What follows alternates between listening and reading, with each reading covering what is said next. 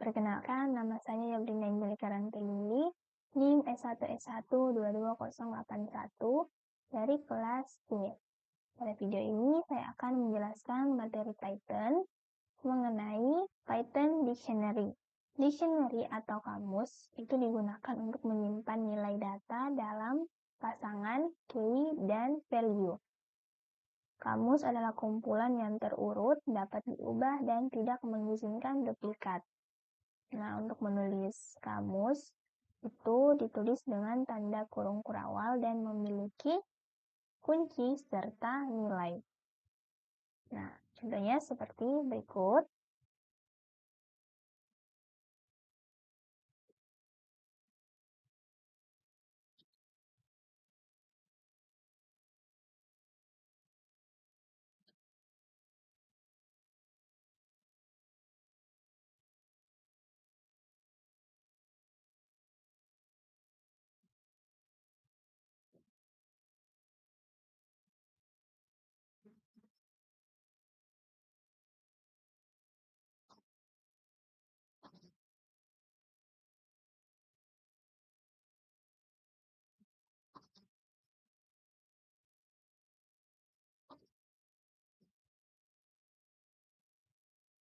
Nah, di contoh ini kita membuat kamus dan mencetak kamus.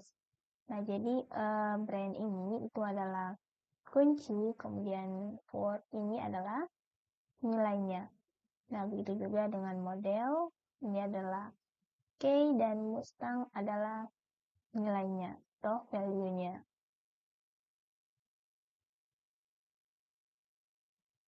Nah, ketika kita print, itu akan tercetak dalam satu baris. Jadi, pertama ditulis dulu K-nya, kemudian diikuti titik 2 dan nama atau value-nya. Nah, yang selanjutnya item pada dictionary atau kamus. Nah, item kamus itu diurutkan, dapat diubah, dan tidak mengizinkan duplikat. Item kamus disajikan dalam pasangan kunci dan nilai, dan dapat dirujuk dengan menggunakan nama kunci.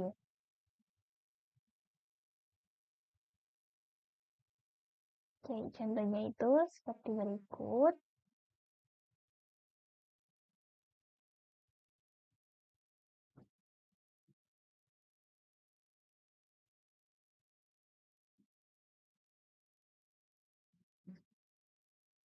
Nah, jadi di sini contohnya kita akan mencetak nilai atau value dari brand. Nah, brand ini itu adalah K.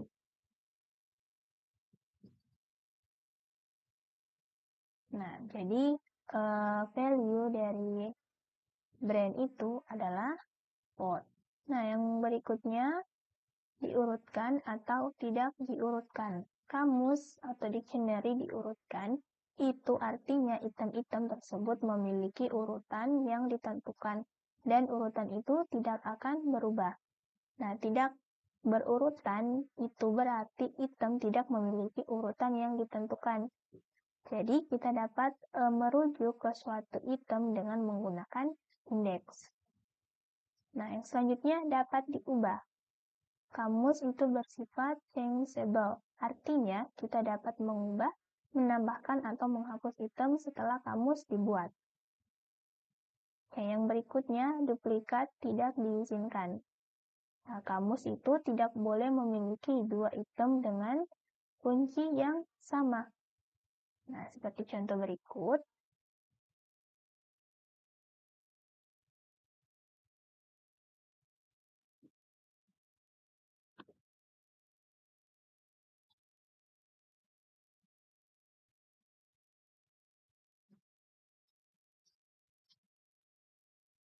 Nah, jadi hasilnya itu seperti ini.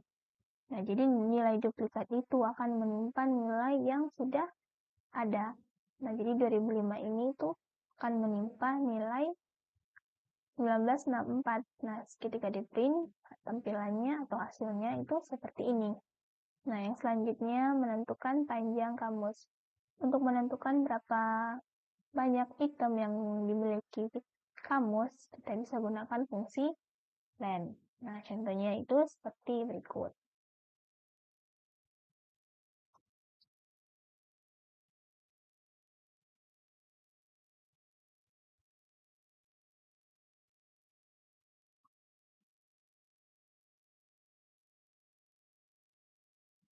Nah, di sini jumlah item dalam kamus fisik itu ada 3. Nah, di sini 3 karena yang ini itu sudah tertimpa. Nah, yang selanjutnya item kamus tipe data. Nah, nilai dalam item kamus itu dapat berupa tipe data apapun. Ya, nah, seperti contoh,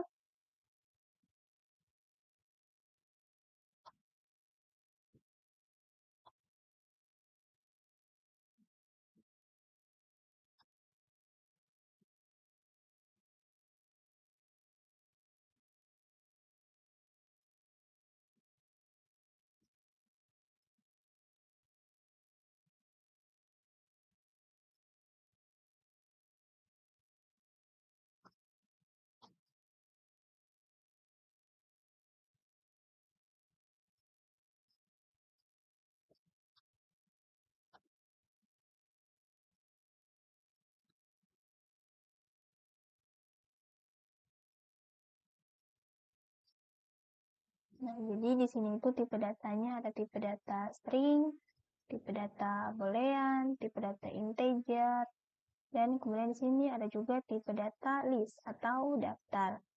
Nah, jadi nilai itu bisa atau nilai dalam item itu bisa berupa tipe data apapun. Oke, nah selanjutnya tipe dalam perspektif Python. Kamus itu didefinisikan sebagai objek dengan tipe data div. Oke, nah seperti contoh berikut.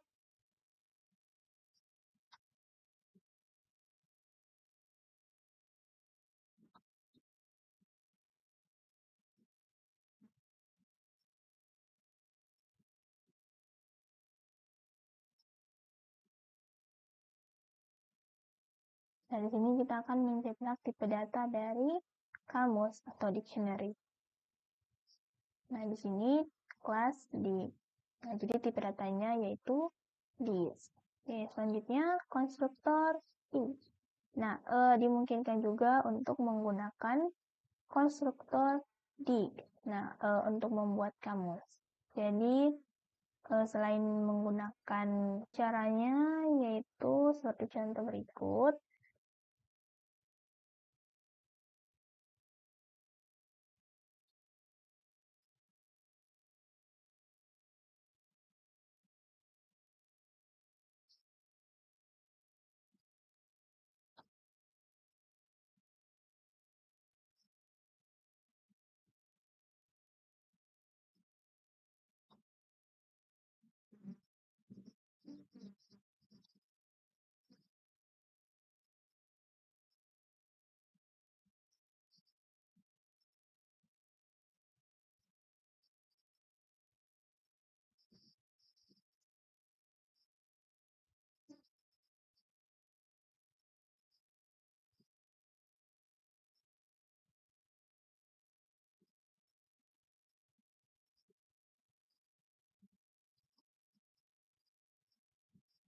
Nah, jadi contohnya itu seperti ini. Kita menggunakan konstruktor dig untuk membuat kamus. Nah, jadi kalau sebelumnya itu kita menggunakan kurung kurawal, kemudian key dan value-nya itu dipisahkan dengan titik 2. Pada konstruktor ini itu menggunakan sama dengan. Nah, jadi ketika dijalankan itu seperti ini hasilnya. Jadi sama ya seperti contoh-contoh sebelumnya. Nah, selanjutnya yaitu akses item kamus atau akses dictionary item. Nah, untuk mengakses item kita dapat mengacu pada nama kuncinya di dalam tanda kurung siku. Nah, seperti contoh,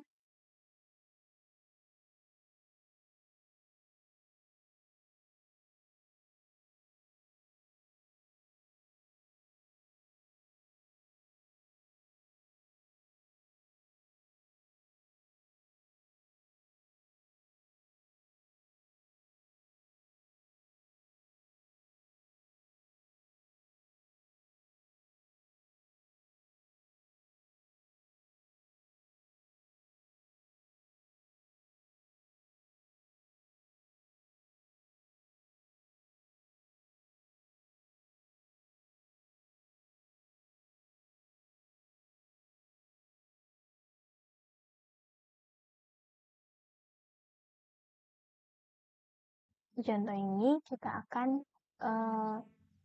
mengakses atau mendapatkan nilai dari kunci model.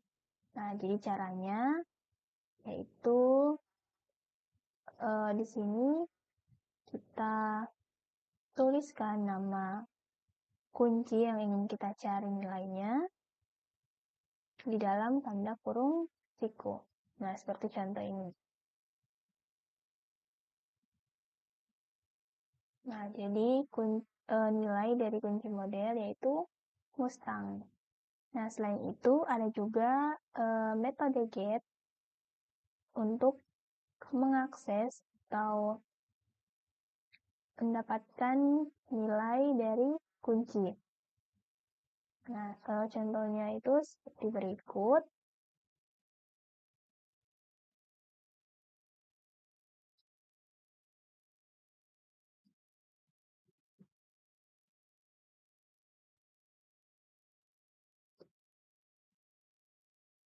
Nah, jadi di sini nama kamusnya, kemudian dot get dalam kurung nama kunci yang ingin kita cari value-nya.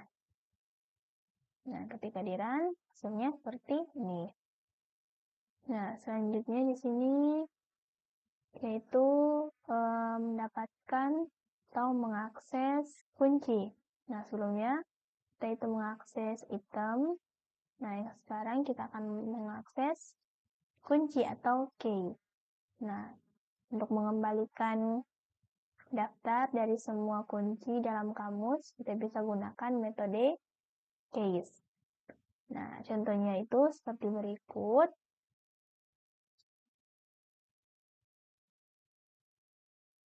Nah, di sini karena kita ingin mengakses daftar kuncinya, maka kita tuliskan nama kamusnya, kemudian .case atau .case. Nah, seperti ini. Nah, jadi ketika kita run, ini akan ditampilkan daftar dari key-nya. Daftar kunci adalah tampilan kamus. Artinya, setiap perubahan yang dilakukan pada kamus akan tercermin dalam daftar kunci. Nah, pada contoh berikut, kita akan menambahkan item baru ke kamus asli dan akan melihat apakah daftar kunci juga diperbaharui. Oke, untuk contohnya, itu seperti berikut.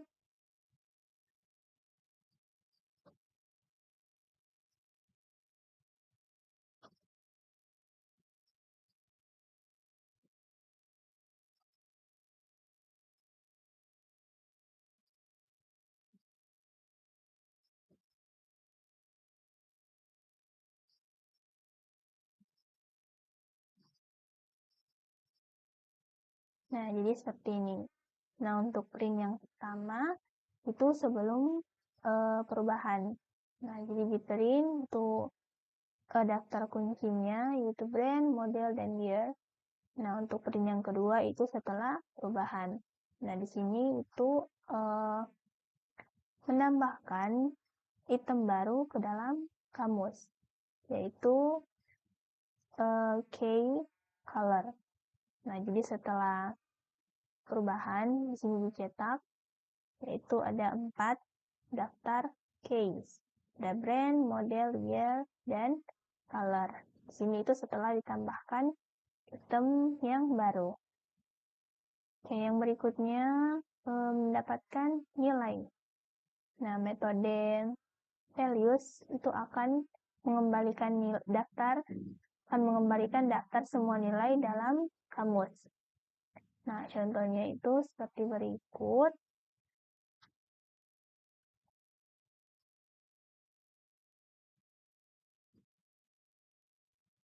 Nah, jadi kalau sebelumnya kita mengakses key atau kunci daftar kuncinya, nah sekarang untuk mengakses nilai atau values-nya kita menggunakan metode values seperti ini. Jadi dicetak itu akan ditampilkan daftar nilainya atau value-nya. Daftar nilai adalah tampilan kamus, artinya setiap perubahan yang dilakukan pada kamus akan tercermin dalam daftar nilai. Nah, untuk contoh berikutnya, kita akan buat perubahan pada kamus asli dan lihat apakah daftar nilainya juga diperbaharui. Nah, untuk contohnya itu seperti berikut.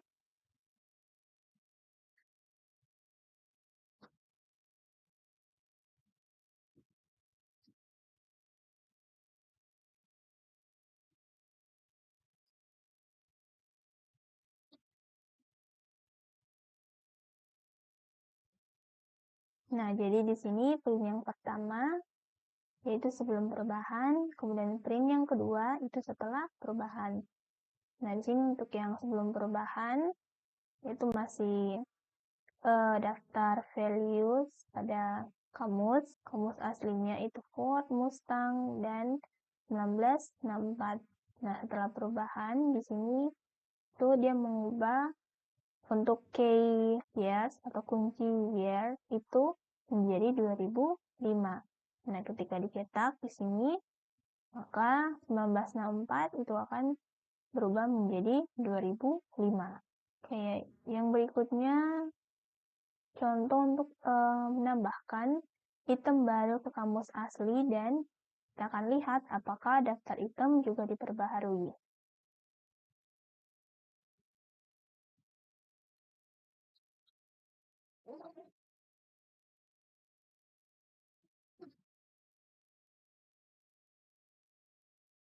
Nah, jadi di sini contohnya yaitu menambahkan item baru. Nah, di sini kita menambahkan key color dengan value red. Nah, ini sebelum perubahan dan setelah perubahan. Setelah perubahan itu bertambah nilai atau value dari color, yaitu red. Oke, selanjutnya mengakses atau mengambil setiap item dalam kamus, kita bisa gunakan metode items. Jadi sebagai tuple atau daftar. Nah, untuk contohnya,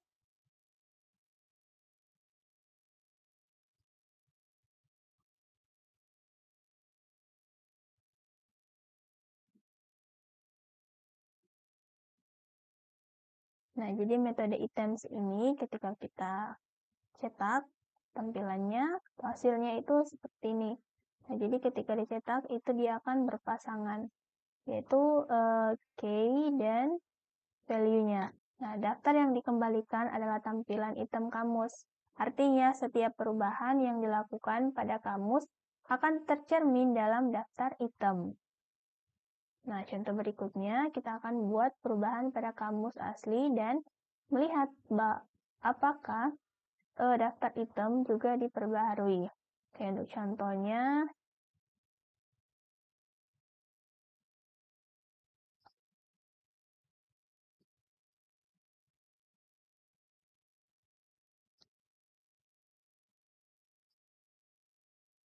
nah jadi setelah di print ini sebelum perubahan dan setelah perubahan.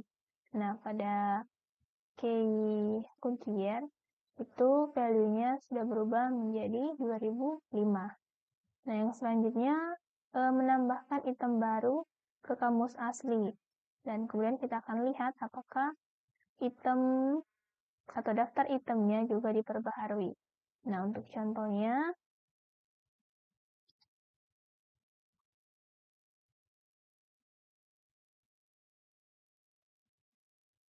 nah jadi di sini itu terdapat penambahan item dengan key color dan value-nya yaitu red. Nah, selanjutnya menentukan apakah kunci tertentu ada di dalam kamus, kita bisa gunakan kata kunci in. Nah, untuk contohnya seperti berikut.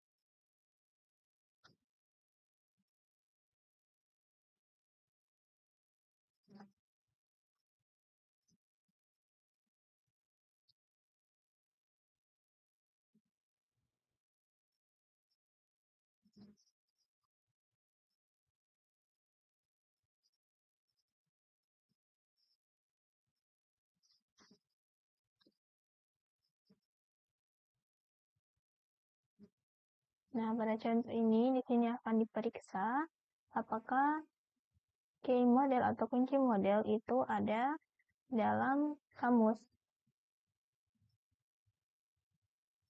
Nah, jadi di sini ya model ada dalam atau model adalah salah satu kunci dalam kamus TISDIK. Nah, jadi seperti ini. Penggunaan kata kunci in untuk memeriksa apakah kata kunci kunci itu ada dalam kamus. Materi berikutnya yaitu mengubah item kamus. Nah, jadi yang pertama kita akan mengubah nilai. Untuk mengubah nilai item tertentu, kita dapat mengacu pada nama kuncinya. Seperti contoh berikut. Nah, jadi di sini kita akan mengubah yaitu keyer yang awalnya 1964 itu menjadi 2023. Kemudian print.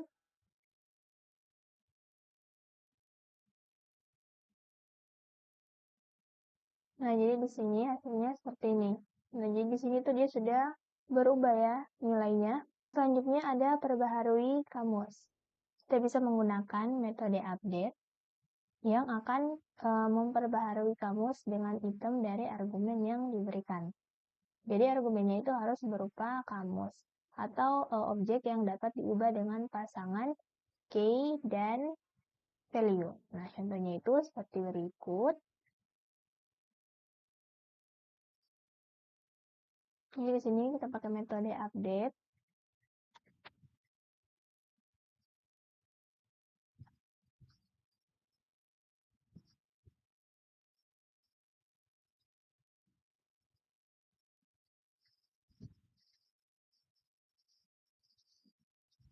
Nah, di sini sudah terganti juga kita mengupdate value dari year ini. Materi selanjutnya yaitu menambahkan item kamus. Nah, jadi yang pertama kita akan menambahkan item ke kamus. Itu dapat dilakukan dengan menggunakan kunci indeks baru dan memberikan nilai pada kunci tersebut. Nah, contohnya itu seperti berikut.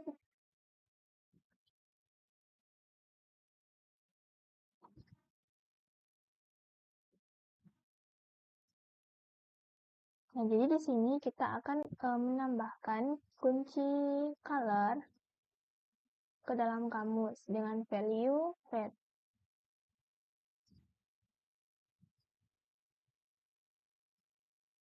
Nah, hasilnya seperti ini. Di sini sudah bertambah itemnya.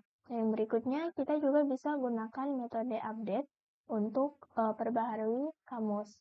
Nah, jadi update ini itu akan memperbaharui kamus dengan item dari argumen tertentu.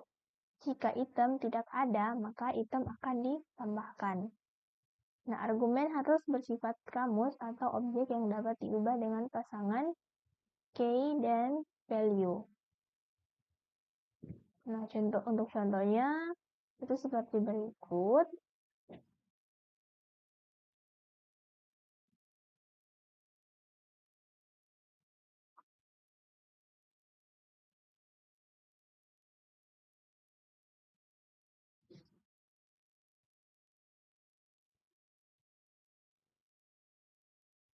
Jadi di sini kita akan menambahkan item warna ke kamus dengan menggunakan metode update. Nah, seperti yang sudah dikatakan di awal, jika item itu tidak ada, maka item akan ditambahkan.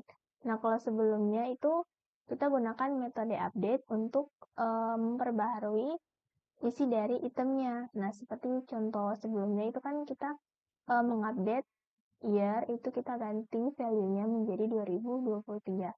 Nah, karena di sini kunci color itu belum ada pada kamus, maka dengan metode update ini itu akan menambahkan item baru ke dalam kamus.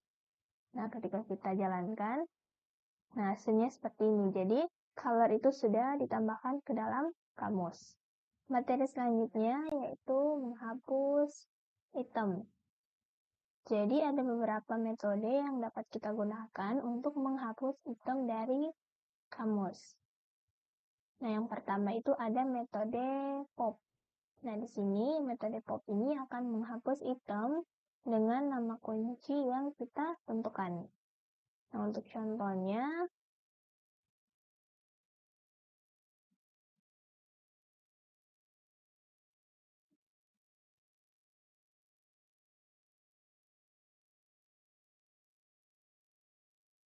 nah jadi di sini kita akan menghapus item dengan nama kunci model.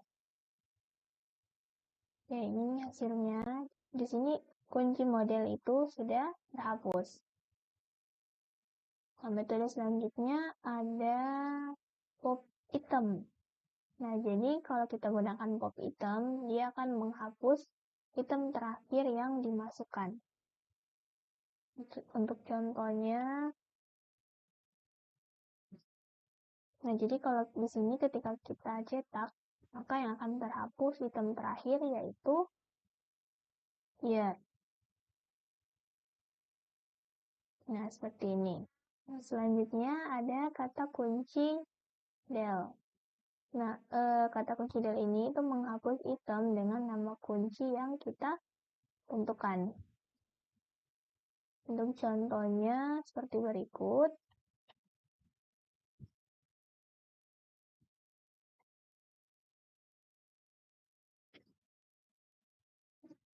Di sini kita akan menghapus item dengan nama kunci model menggunakan kata kunci del.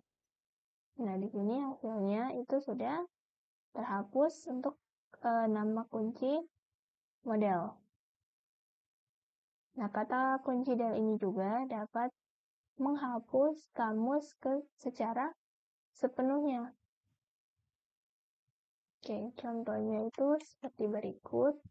Nah, jadi seperti ini. Ketika kita cetak, itu akan error. Karena di sini kita sudah menghapus kamusnya. Nah, yang terakhir itu ada metode clear. Nah, kalau delete ini kan dia menghapus secara keseluruhan kamus. Nah, kalau kita gunakan metode clear, itu dia hanya mengosongkan kamus saja. Jadi kamusnya masih ada, tetapi itemnya itu sudah kosong. Nah, untuk contohnya seperti berikut. Nah, di sini ketika kita cetak, dia itu akan menghasilkan item yang kosong. Nah, materi selanjutnya yaitu loop kamus. Oke, kita dapat mengulang kamus dengan menggunakan looping for. Saat mengulang kamus, nilai yang dikembalikan adalah kunci kamus. Nah, tetapi ada juga metode yang bisa kita gunakan untuk mengembalikan nilainya juga. Nah, yang pertama di sini kita akan cetak itu semua nama kunci dalam kamus satu per satu. Jadi di sini kita cetak dulu nama kuncinya.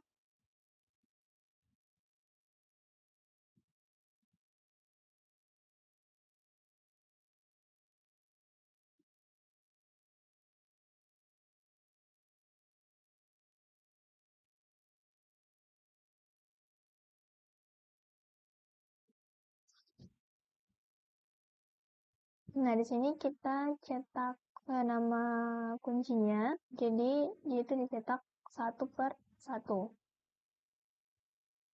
Nah, yang berikutnya kita akan cetak nilainya. Nah, itu dengan sini kita tinggal tambahkan nama kamusnya.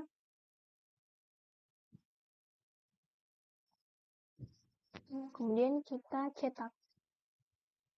Nah, yang kita cetak di sini yaitu nilainya, atau nilai dari kamus. Nah, yang selanjutnya kita bisa gunakan metode values untuk mengembalikan nilai kamus. Nah, untuk contohnya yaitu seperti berikut.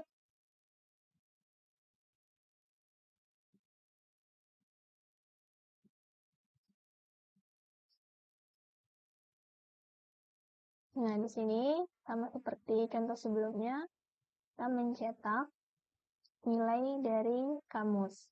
Nah, yang selanjutnya kita akan menggunakan metode case untuk mengembalikan kunci kamus. Nah, untuk contohnya itu seperti berikut. Jadi di sini kita tinggal ganti saja dengan case. Nah, maka yang akan tercetak yaitu nama kuncinya. Nah, yang terakhir itu kita akan loop key dan value dengan menggunakan items. Sini kita gunakan metode items. Kemudian untuk cetaknya yaitu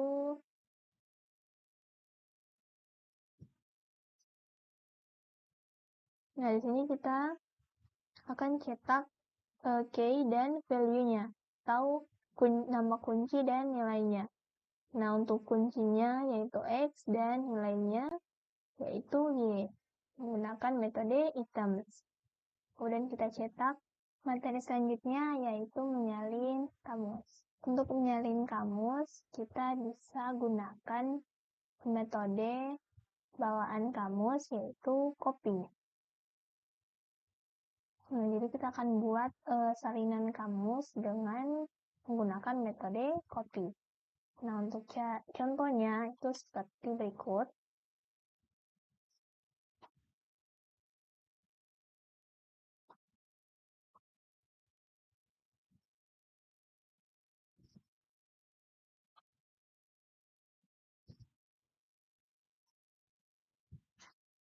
Jadi di sini kita buat variabel baru myD, kemudian di sini thisList.copy, kemudian kita cetak variabel myDict-nya.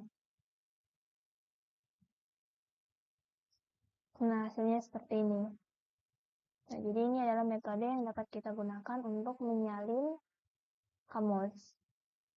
Cara lain untuk membuat salinan, kita bisa gunakan fungsi bawaan, yaitu div. Nah, caranya atau contohnya itu seperti berikut.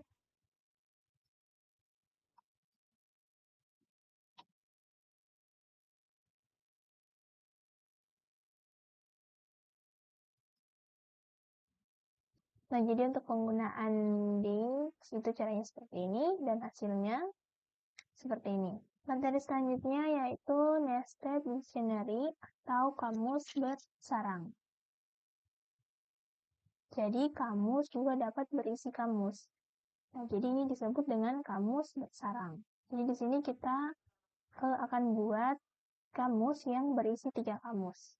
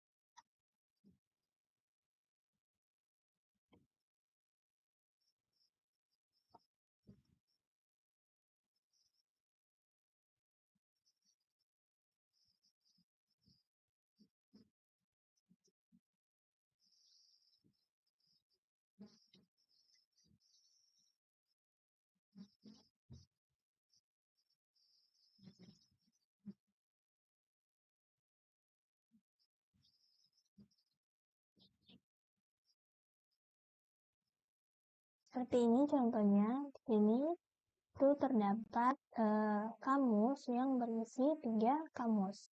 Nah, saat kita cetak, itu tampilannya akan seperti ini. Jadi untuk child 1 itu ada namanya Brina, dan ada year 2005, dan seterusnya. Sampai kamus yang ketiga.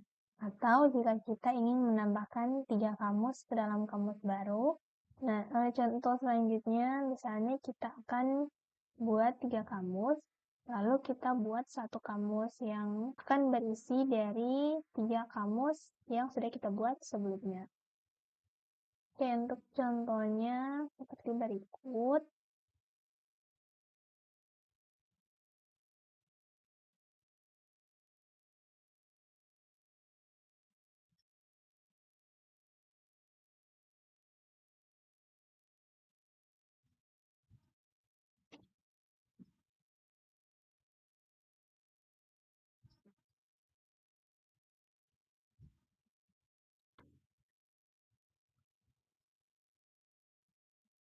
Nah, yang berikutnya misalnya kita akan buat 3 kamus. Nah, lalu kita buat 1 kamus yang akan berisi 3 kamus tersebut. Nah, untuk contohnya misalnya seperti berikut.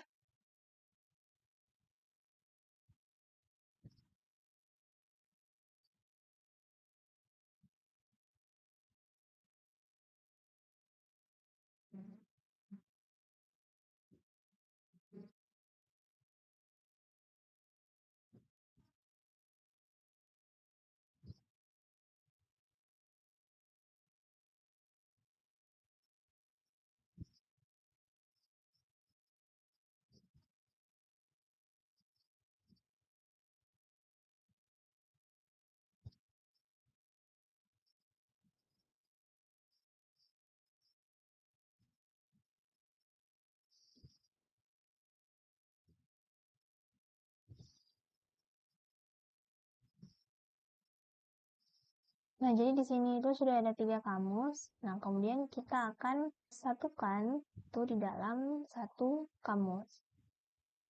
Ini kita coba cetak.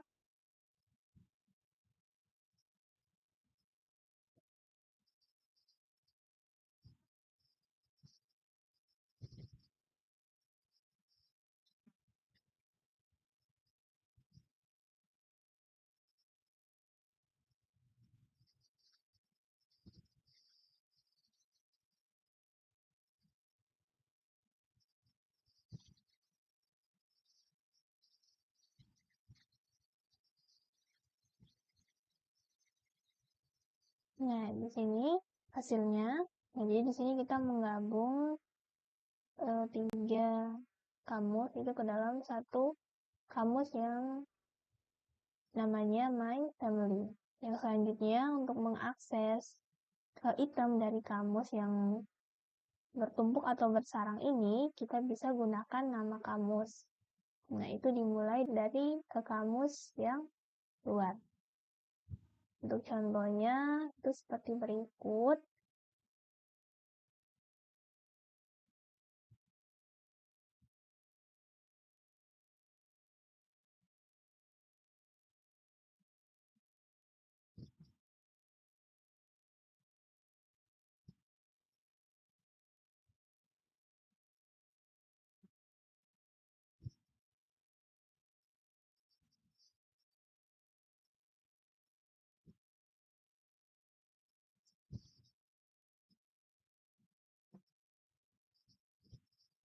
Nah, jadi pada contoh ini, di sini kita akan mengakses kamus itu atau CL2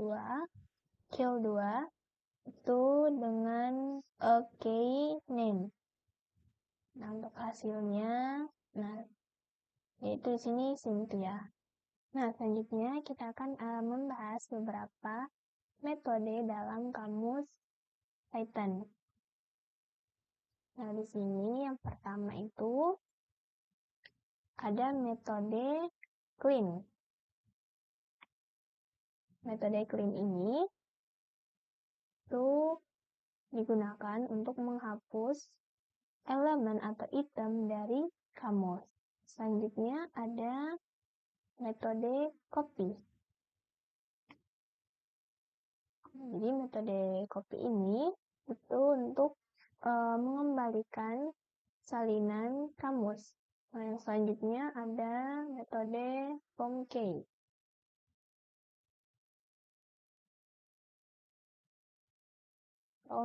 Nah, di mana metode ini itu mengembalikan kamus dengan kunci dan nilai yang ditentukan. Nah, selanjutnya ada metode get. Nah, di mana metode get ini itu digunakan untuk mengembalikan nilai kunci yang ditentukan.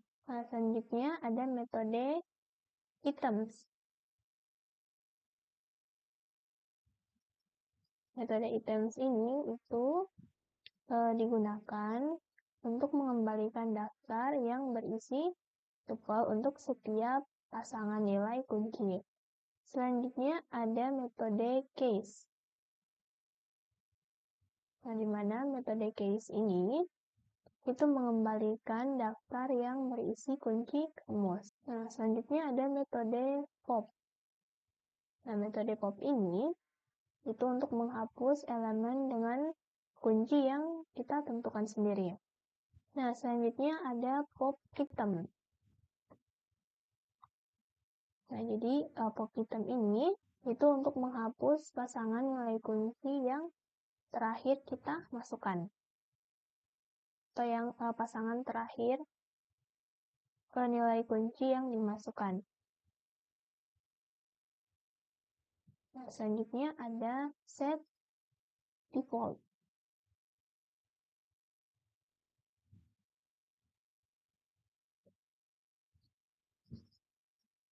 Nah, metode ini itu untuk mengembalikan nilai kunci yang ditentukan. Jadi, jika kunci tidak ada, maka masukkan kunci dengan nilai yang ditentukan. Nah, selanjutnya ada metode update. Nah, metode update ini itu digunakan untuk memperbarui kamus dengan pasangan nilai kunci yang ditentukan. Nah, terakhir itu ada metode values. Nah, metode values ini itu digunakan untuk mengembalikan ke daftar semua nilai dalam kamus.